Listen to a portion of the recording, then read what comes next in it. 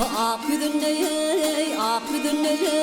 karayar hülpün hüneri dava edip ceng başladı bilin elimi yanlar bilin bari mühürbet eylemiş bağdı bülbülün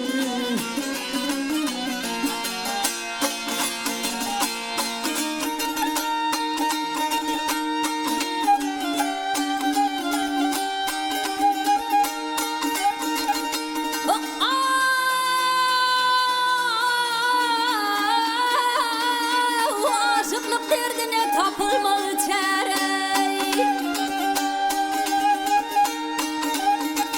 Hakamdan oktur pikam salınır yara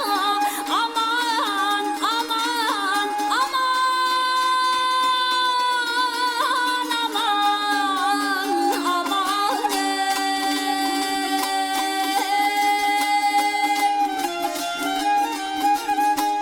Üç yılın üçüncü uçağı uçlara Kitin yaraşmış ince Hadilere bak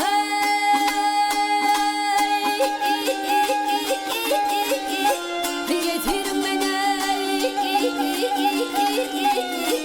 Kamporun beni Nidam bak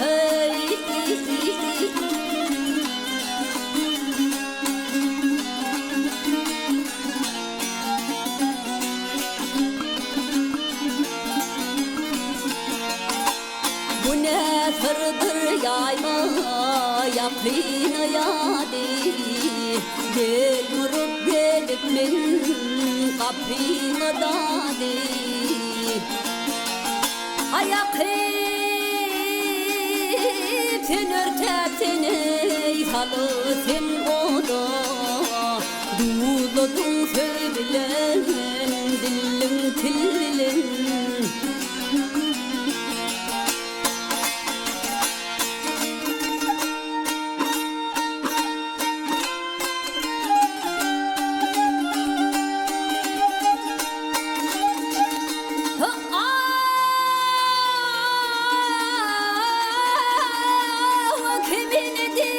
Benim pavanim Mücvenin hancırdır akıllı kanım Aman, aman, aman Aman, aman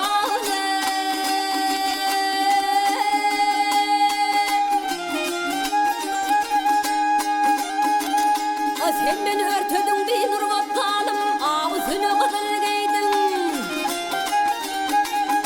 Al bile bak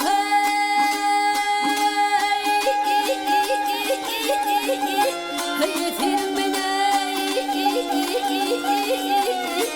Kamhor beni Yetirim beni